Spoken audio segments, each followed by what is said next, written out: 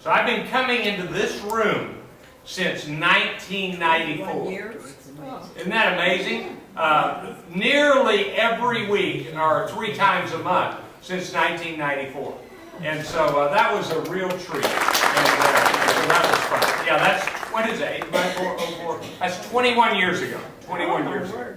Well, good afternoon. We've got people missing, it looks like, away for holiday, I imagine.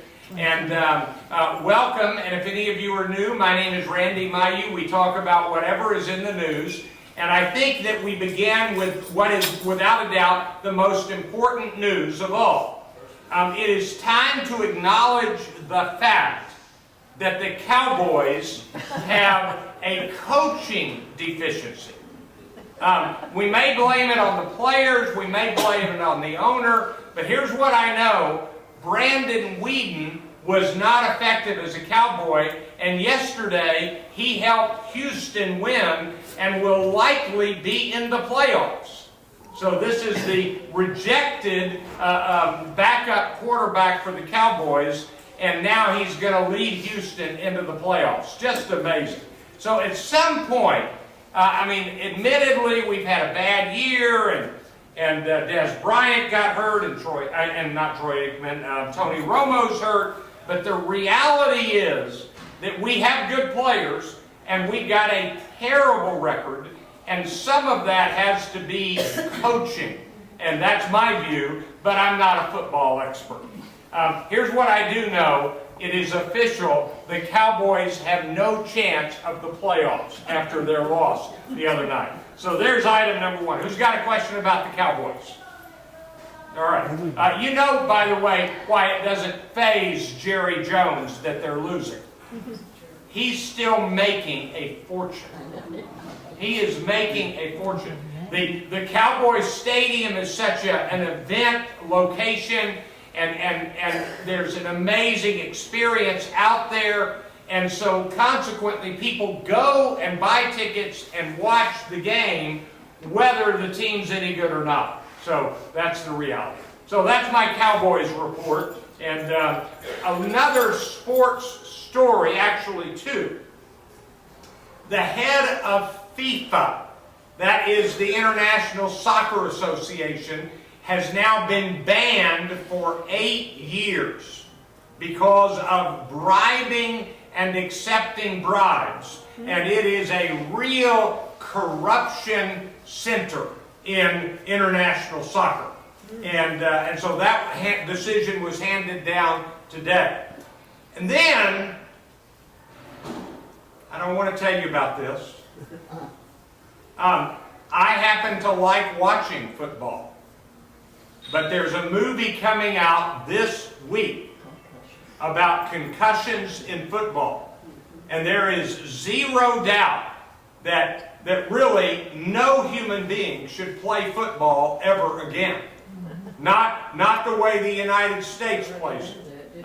Maybe Australian rules or something like that. But the damage that this game does to human brains is extensive and pretty much unstoppable. There's no way to protect the brain at this point. Someday technology may come along to do it, but nobody sees that coming anytime soon. So the new movie is it's a true story about a doctor who did an autopsy on a deceased NFL player and discovered the brain disease that is now hitting in the tens of percent, something like 50% of former NFL players who have been autopsied had this disease. This is a serious problem, and yet I want to watch my football, and you want to watch your football. Yes? Did you watch the New York game? I did. Yeah. And you're talking about the incredible helmet-to-helmet hits and the ugliness. Why weren't they suspended and taken out of the game? I don't know the answer to that. The league's got responsibility. Yeah, the league has plenty of responsibility for that. On themselves. Yeah. And part of the problem is, well, we could discuss it. The referees apparently didn't call it the first time, and they let it get out of hand. So that was the problem. Good afternoon. Good afternoon. You were talking about brain injuries. There's many other injuries besides the brain injury. My oldest great-grandson got, just a couple of years ago, got hit in his chest. It tore up his spleen. They operated on him, split him from here to here, and he liked to have died, but he survived. Well, that's good that he survived. But he'll be, you know, having to put up with that for the rest of his life. Right. Then my son-in-law, whenever he was in high school, he got his legs all tore up. So, Okay. Well, and we've had more young players, high school and below, die this year than in any year. Let me talk about something. 31,000 people. 31,000 people. 32,000, 30,000, an average of 31,000 in the last few years, every year in the United States have died from gunshot wounds in this country. 31,000. It is now more people dying from gunshot than dying from automobile accident. And you could do the graph, and they intersected and exchanged places. 31,000. Now, I want you to just think for a minute about what we've done about automobile accidents. The reason the rate of deaths is going down is partly because of all of the new laws. How many of you have ever worn a seatbelt in a car? All right, very seriously. I remember when they became mandatory, my mother said, I don't want the government telling me that I have to wear a seatbelt. Now we have seatbelts and airbags. And as you mentioned, your grandson who was injured in football, I will tell you that I have two sons, and one of them is alive because of mandatory seatbelt and airbag. He had a terrible wreck, and he walked away from it. It would have killed him in an earlier era. And just this past week, as the Congress passed its new budget, it says again, I want you to listen to this carefully, it says again that no money from the federal budget may be used to research gun violence in this country. We're not talking about laws to take away guns. We're talking about research about how many people die with guns. When I say 31,000, that's not an official figure. The Centers for Disease Control would like to study gun deaths. They're not allowed to. Back 20 years ago or so, the NRA successfully got a congressman from Oklahoma to take out of the federal budget any money for research on gun violence. Just money to research it. That former congressman, who's now no longer in Congress, who is a Republican, has now stated within the last month, he said, the biggest mistake I made in my entire career was in taking that money out of research for gun violence. So isn't it interesting that 31,000 people die from guns and we take no actions to reduce that? None. Not a single action. And yet we take action after action after action to make sure that children's car seats are safe and seat belts are mandatory and airbags are mandatory. This is just a strange decision in this country. Now, notice I haven't said a word about taking guns away from anybody. We're talking about researching the violence and the causes of it, and they won't do it. So that's my quick comment about football and airbags and driving, etc. By the way, if you're not aware of this, out of about 31,000 that die every year, about, this is approximate, 10,000 are murders, and about 20,000 are suicides. And there's no doubt about it. I've told you this before. If a person tries to kill himself by slitting his wrists, by taking an overdose of medication, that kind of attempt at suicide only succeeds 5 out of every 100 times. 95 out of 100 don't die when they attempt suicide with slitting their wrists or taking an overdose of drugs. People who try to kill themselves with guns, 94 out of 100 succeed. 94 out of 100. And so, if you want to know the real formula for trouble, have a gun in a home and a person struggling with depression. That's the problem. Yes.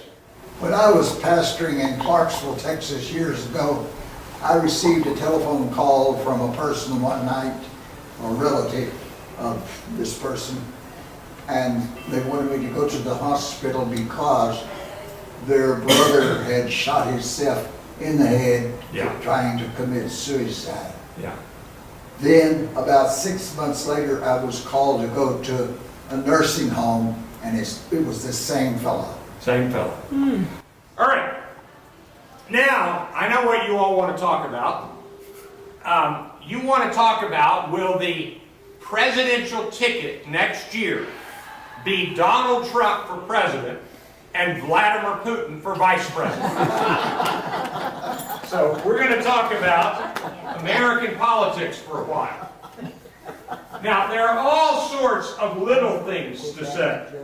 For example, in the Democratic presidential debate, and it was going on at the exact same time as the Dallas Cowboys game, and so I'm going to tell you what I did. I had the game on, and I had my iPad open, live streaming the debate. That means watching it live on my iPad with closed captions. So I was reading the debate as it was given while I was watching the Cowboys sadly drop another one. So among the two big moments in the Democratic debate the other night was, number one, after a break, Hillary Clinton got back late. And she said, sorry, and she literally did it that way, sorry. And so now everybody's been trying to figure out why she got back late, and here is the official answer. And there's a subtle little message here. The restroom for men was closer to the stage than the restroom for women, which was a good distance away. Number two, the Secret Service are not wild about Hillary Clinton going into a public restroom with other people in it. And there was a woman who worked for the Martin O'Malley campaign who was in the restroom. And in essence, she should have waited till after the break. So Hillary had to wait for her. So it's the old story about how in public places there are not enough restrooms for women, and they're not as convenient as the men's. And we live in a man's world. So that's the first comment about the debate, is Hillary got back late and she said, I'm sorry. The second comment is her last line. It was a genius line. She said, this is the quote, "Thank you and good night, and may the force be with you." Now, if you're not aware of where that phrase comes from, then you're living in too big a cave. It comes from a movie called Star Wars, and they just released the first new Star Wars in many years, and it broke every box office record for the first weekend of a movie. So when people try to figure out why did that many go see it, and no, I haven't seen it yet. Did you go see it? First day. Was it as good as you'd hoped? Yeah, it was great. Yeah. I saw the very... Not as good as the original. Well, I saw the very first one, at the very first public showing at noon in Los Angeles. Second one, same thing. Third one, 2 days late. But I'm not as young as I used to be. I'm going to go see it over the holidays. Anyway, Star Wars is the first movie, really in my memory, maybe ever, where dads who saw it want to see it with their kids who want to see it. And so everybody remembers how big it was in the 70s when it first hit, and now how big it is now. So it's a multi-generational, I want to go see this movie experience. So when Hillary Clinton said, "May the force be with you," it was a brilliant line. And she tied herself in with culture, and it went over well. So now you might want to know what they said. I doubt it. We're not in an era where we care what they say. But the biggest debate between the Democratic candidates was whether or not Hillary would protect Wall Street and banks more than Bernie Sanders would. But trust me, that either Hillary or Bernie Sanders will be harder on banks than any Republican would be. And one of the smart things that Hillary Clinton did at the end of the debate is she said, "You know, don't you, that this is really going to come down to a debate between Democratic Party principles and Republican Party principles." And she gave a list. Here's one of them. She said, for example, if a Republican is president, they will want to privatize Social Security. That is exactly right. And she said, I and a Democratic president want to protect Social Security. You know, we forget this. Let me just do a little checking. Do any of you have Medicare? All right. Do you know what the Republican Party thought of Medicare as it was being proposed? They were against it entirely. They thought it was utterly not the place of the government to do that. Have you heard about this guy, I forget how to say his name, Martin Schielke or something like that? I may not have either of those two names right. He's the guy that has now been arrested for fraud, but he had been buying pharmaceutical companies. And for example, one of the medicines that the company he bought sells went from $7.50 a pill to something like $1,500 a pill. Well, let me explain something. In other countries, I'll tell you a specific story from Great Britain. Anybody in here ever had a hip replacement? Got one. Anybody here know anybody who's had a hip replacement? A few of you. Apparently, in the United States, I haven't had a hip replacement yet. Hopefully, won't anytime soon. In the United States, if you get your hip replaced, there are a multitude of companies making hips. And you can pay vastly different prices in the United States because each of these companies' hips costs more than the other. In Great Britain, here's what the National Health Service, NHS, does. It announces to all the companies making hips, we're going to choose a single replacement hip. We want it to be a good one that's reliable, and we want it at the best price. Give us your bid. This is how many hips we're going to buy in a year. And so they negotiate a single price for every hip that's replaced. Now my guess is there's a Rolls-Royce hip that isn't in that group. But I bet you've got a good Chevy hip for everybody. That's my language. And what happens is the National Health Service gets the negotiated price down to a reasonable number because they're buying every hip in the country. In the United States, I'm not making this up, with some Democrats helping, but mainly Republicans, they made it against the law. Let me say this again. They made it against the law for Medicare to negotiate drug prices for everybody. And so this guy can buy a company and take a pill from $750 to $1,500 and nobody can stop him. He wasn't arrested for that. He was arrested for a prior crime. So I don't know which is better. Maybe the Republican plan is better, but what Hillary Clinton did the other night in a very good way was she said, this election is about Democratic plan versus Republican plan, and that's what it's about.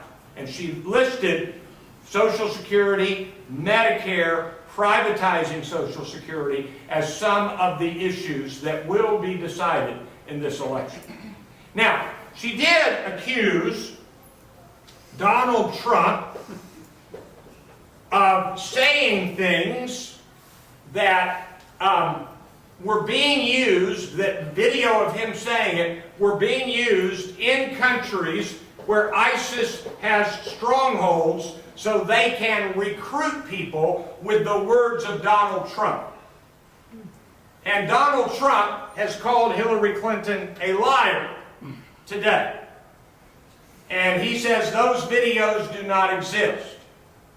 Now, this is the same Donald Trump who said that he saw thousands of Muslims on video, on the news, in New Jersey, celebrating and being thrilled after the 9/11 attack, and everybody on the planet has been looking for that video, and it doesn't exist. Now, I don't know if Hillary's right or wrong about this. I do know, I have read it, that she actually had read an article in a major newspaper, not an obscure blog, in a major newspaper that said that ISIS was using the words of Donald Trump to recruit followers. I don't know if that's true or not, but she read it, she didn't make it up. She didn't make it up. So anyway, on the Democratic side, it's Hillary Clinton. Bob, I must be making pens disappear. I brought two of my own, no telling. Anyway, if I steal any, I apologize. Use the blue one. Here's Hillary Clinton, and you've got second, you've got Bernie Sanders, and then you've got a guy named Martin O'Malley, who pretty much doesn't need to be talked about. He is very low in his average polling. All right, every expert is convinced that Hillary Clinton will get the nomination. She is well into the upper 50s in average polling, and she is clearly far ahead. And the debate began with an apology from Bernie Sanders. So let me try to describe what happened.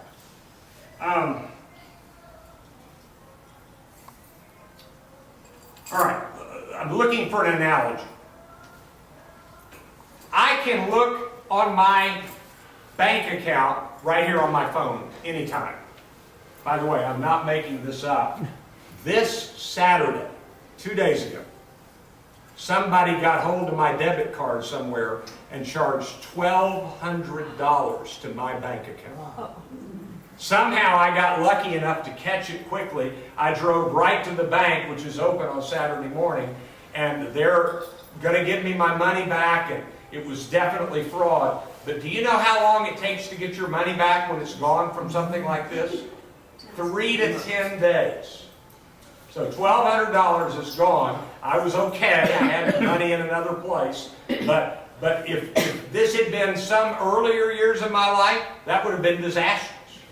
And as it is, it's a real inconvenience. Anyway, enough of that. So I can look on my phone, on my bank account. My bank account is in a great big gigantic mega computer in the sky run by my bank, although probably not. They probably rent it somewhere. It's called the cloud. And what happened was, Bernie Sanders people on computer were looking at their stuff in the cloud that is hosted by, so let me try it this way. Here's a great big room that is one gigantic computer. And this is the Democratic National Committee gigantic computer. And they have a room in the great big building for Hillary Clinton's stuff in their great big computer. And they've got another room in their great big computer with Bernie Sanders stuff. And they've got other rooms with other stuff. Now, they don't really have it that way. But we're going to pretend it's this way. All right, so what happened was they were doing an upgrade in the whole building. They were making it better. They were taking the doors off so they could do something better before they put the doors back. I don't know what to do. So for 20 minutes, I'm not making this up, for 20 minutes, somebody working for the Sanders team noticed, oh, they're upgrading, oh my goodness, there is a door open into Hillary Clinton's room. And they were able to see the stuff in Hillary Clinton's room. Now, here's where it gets interesting. I went to the bank the other day. All of my money was missing. And I brought in my debit card and my wife's debit card. And I put them both down and I said, one of these cards somebody else is using. And she spent 10 seconds and she said, it's your card. I was so mad, I wanted it to be my wife's card. So somebody had gotten my card's number. And so what happened was, you see, the fact that Sanders people could see Hillary Clinton's stuff isn't good. But if you see stuff you're not supposed to mess with, you close the door. And you don't look at it, and you sure don't copy it. The term for that is download it. When you download it, it's no longer just in this big room, it's also in a little file in your own computer. And so the Bernie Sanders people downloaded, somebody for him, downloaded some of Hillary Clinton's secret stuff that she had built. Not secret in the sense of against the law, but she found out this person wants to send me this much money, this person sends me this much money, this person says they're going to vote for me. They're voter files. Now, this company promises that this kind of thing won't happen, but they made a mistake. And so it's like the old thing, if you leave your keys in the car, you're stupid. But if somebody steals the car, it's also against the law to steal the car. Even if you left the keys in the car, that doesn't give them the right to take the car. And so Bernie Sanders people blew it. He fired the key person. His people first said it was a 20-year-old intern or something. But it was a 39-year-old head person. And so they fired him, and Bernie Sanders apologized on the first moments of the debate on Saturday night. So that's the other big piece of the debate story. Hillary did not make too much a deal of it. She said, let's move on. That was smart of her. Smart of her. Okay, who's got a question about Hillary, the Democrats, or the Democratic debate? Just for fun, I want to do a little test. Raise your hand if you've watched either of the last 2 or 3 Republican debates. All right, hands down. Raise your hand if you watched either of the last 2 Democratic debates. Pretty good. Pretty good. Good for you. Good for all of you that you watched them both. Way to go. All right. Did anybody else do it the way I did, watching the Cowboys and watching it on the iPad? You did. Okay. Now, the big news is what do we do about the Republicans? How do we interpret the Republicans? I'm talking about the Republicans. Are you leaving? I'm about to talk about your party. Bye. All right. There are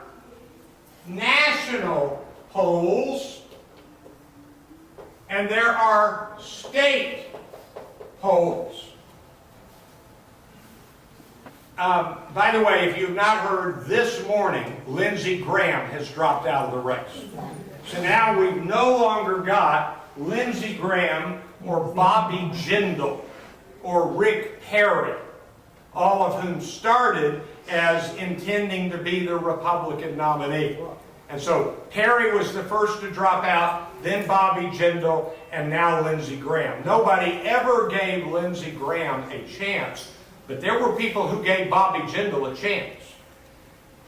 And they also gave Rick Perry a chance. They're all gone. So I'm going to show you what's happening. Donald Trump is #1 in the national polls, and not by a little bit. There's an expert, a guy named Nate Silver. Trust me, he's an expert. He has a website called 538.com. He nailed every single Senate race in the last election. He's a numbers cruncher. He's not a pollster. He figures that he runs 10,000 simulations a day from all of the polls being taken with different numbers. I don't even know what that means, what I just said. But he runs 10,000 simulations a day. And here's what he says. He said, if you go back and you look at the last 2 elections, the following people were all #1 in the national poll average for a long enough period to notice it. They were Rudolph Giuliani, Newt Gingrich, Herman Cain, and for a brief period, Michelle Bachmann. And so the reality is that if you'll think about this list, how did President Giuliani do in his first term? He didn't get elected. How did Newt Gingrich do as president? He didn't get elected. How did Herman Cain do as president? He didn't get elected. How did Michelle Bachmann do as president? She didn't get elected. And so what Nate Silver says is that being #1 in the polls, even over a fairly extended time, does not indicate that you are in a position to win. And he's come up with a new feature that was new to me. I don't think I mentioned this to you. I wasn't here last week, so I think it's new.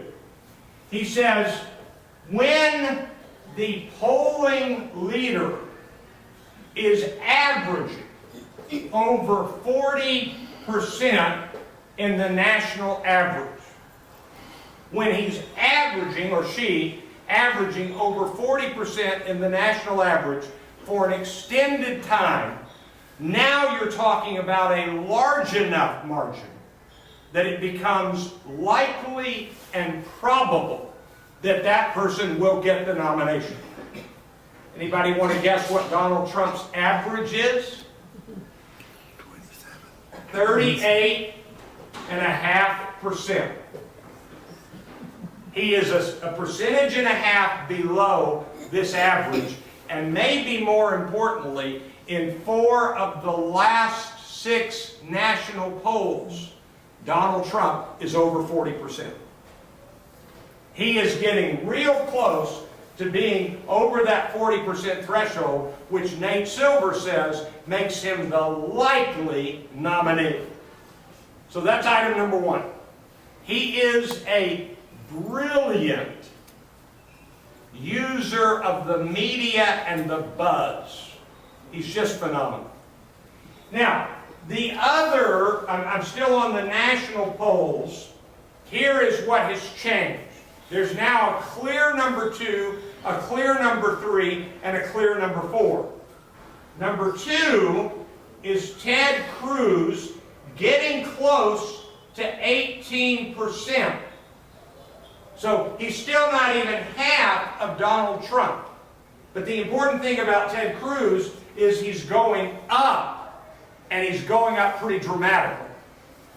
The third person in the Republican polls, #3, this is #2, is Marco Rubio at about 15%. So in the national polls, you've got Donald Trump number 1, Ted Cruz number 2, Marco Rubio number 3, and number 4 at about 12% is Ben Carson. But the important thing to notice about Ben Carson is he is going down fast. So Carson is going down, Trump is going up, Rubio went up, but he's a little flat now, but Trump is still going up. He keeps getting higher. So that's the Republican national polls. In the Republican state polls, in Iowa, Ted Cruz now has a 10-point lead over Donald Trump. Now, in New Hampshire, Bernie Sanders has a small lead over Hillary Clinton. He's from that part of the country. But Ted Cruz is number 1 in Iowa by 10 points over Donald Trump.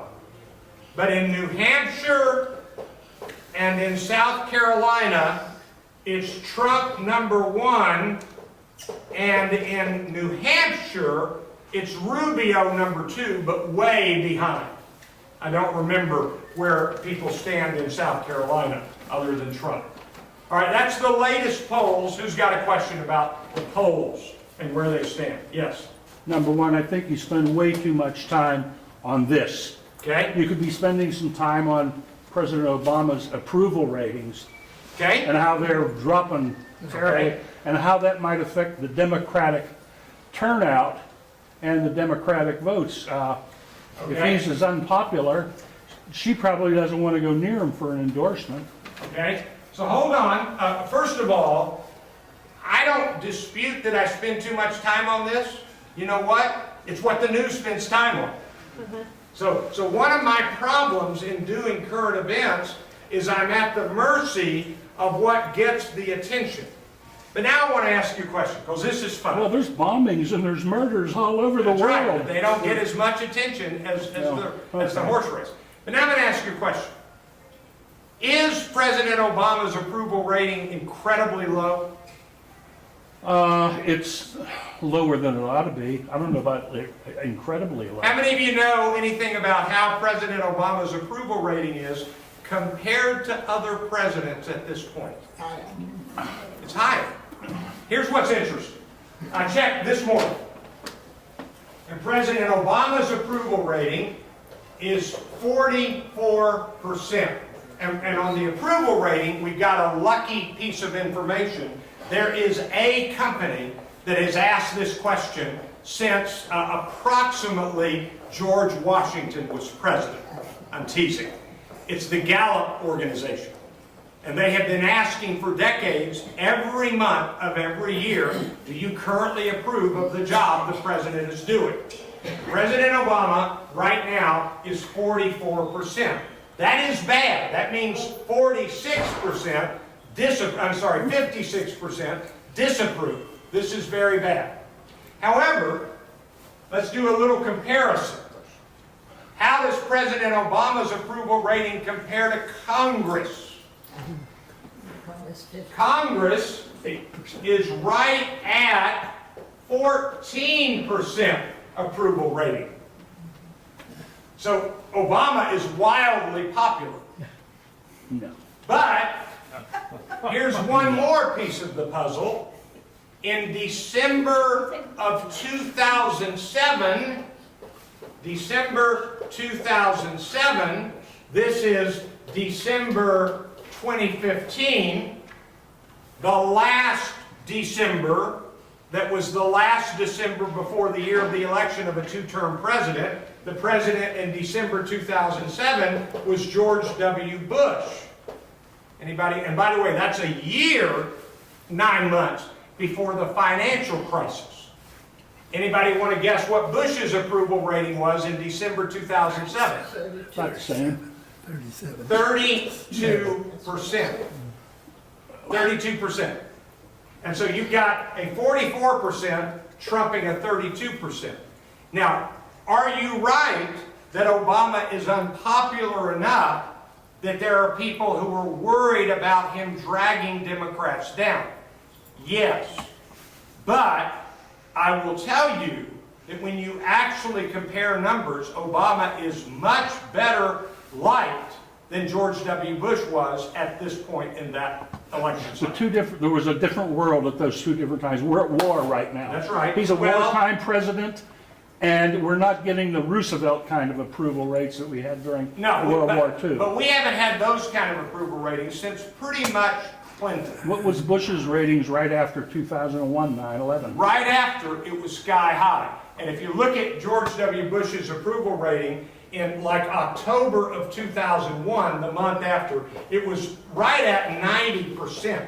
Yeah. But then you saw, if you watch the chart, a steady decline all the way down to 32%. And actually lower in the year. Yeah, as we worry less and less about problems from ISIS and so forth. Yeah. It seems we're worrying more and more about they're ruining our lives, maybe not with a direct attack like you say won't happen. Now, I'm in agreement with your assessment that we are acting, for lack of better terminology, in fear of the potential attacks by ISIL or ISIS. I buy that.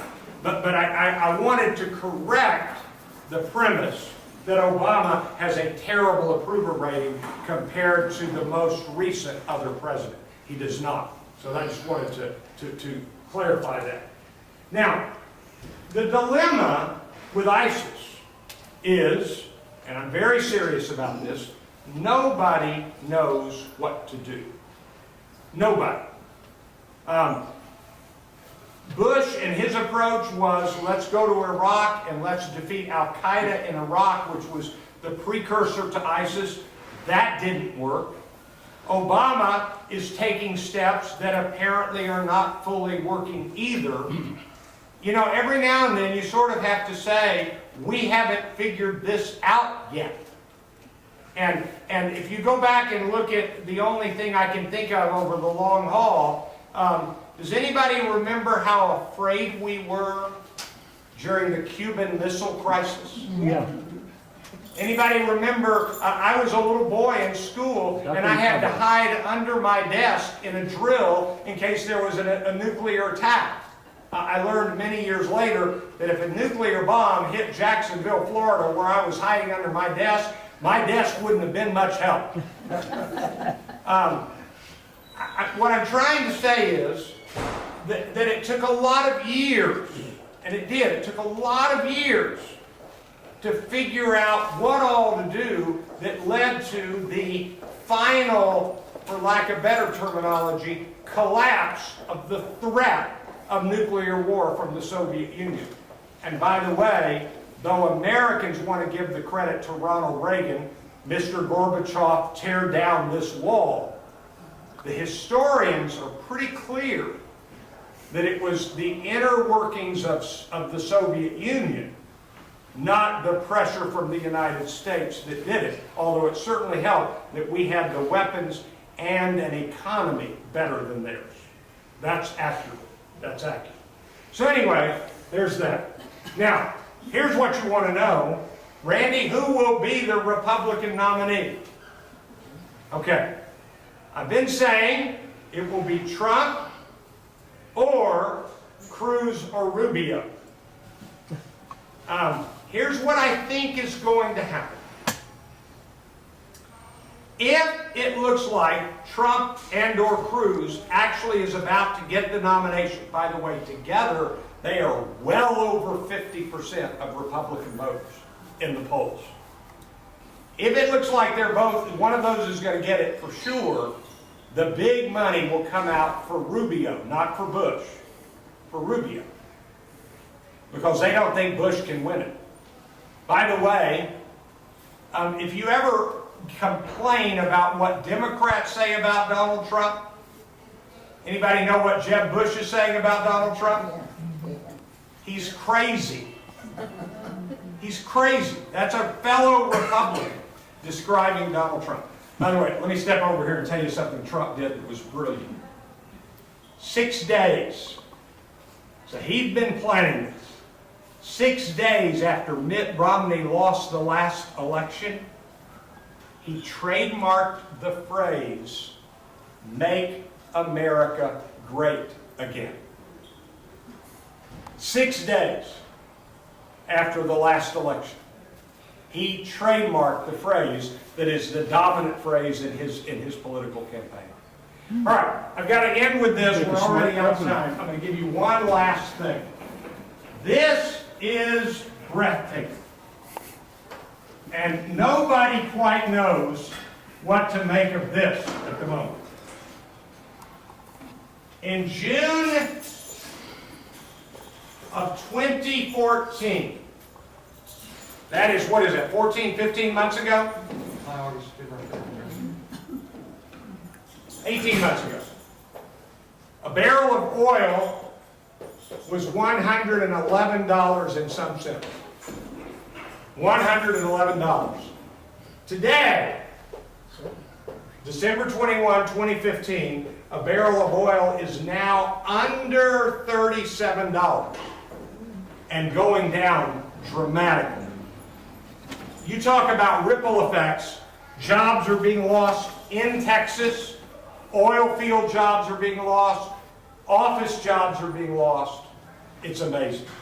So, all right, that's current events for today. I am planning to be here next Monday, and I am planning to be here this Wednesday for a reading group, and the readings will be here tomorrow. So, yes, sir. Would you go over next time when you're here what what is used to determine Obama's rating versus Bush? Okay. Does time period, does freebies enter into that kind of stuff? Would you just go over what goes into Number that? one, if you'll remind me, I will, but let me Okay. give you a 30-second answer. The question of why their I'll remind approval you. ratings are where they are is tougher, but it's the exact same question asked by Gallup every month for years. It's the same organization, the same question. Do you approve of the jobs the president is doing, or you disapprove of the job the president is doing? It's that simple. That simple. But who are they Yeah, that's a harder asking? Yeah, we'll talk about that next time. And remind me. Yes, will do. All right. See y'all. Thank you. Bye-bye.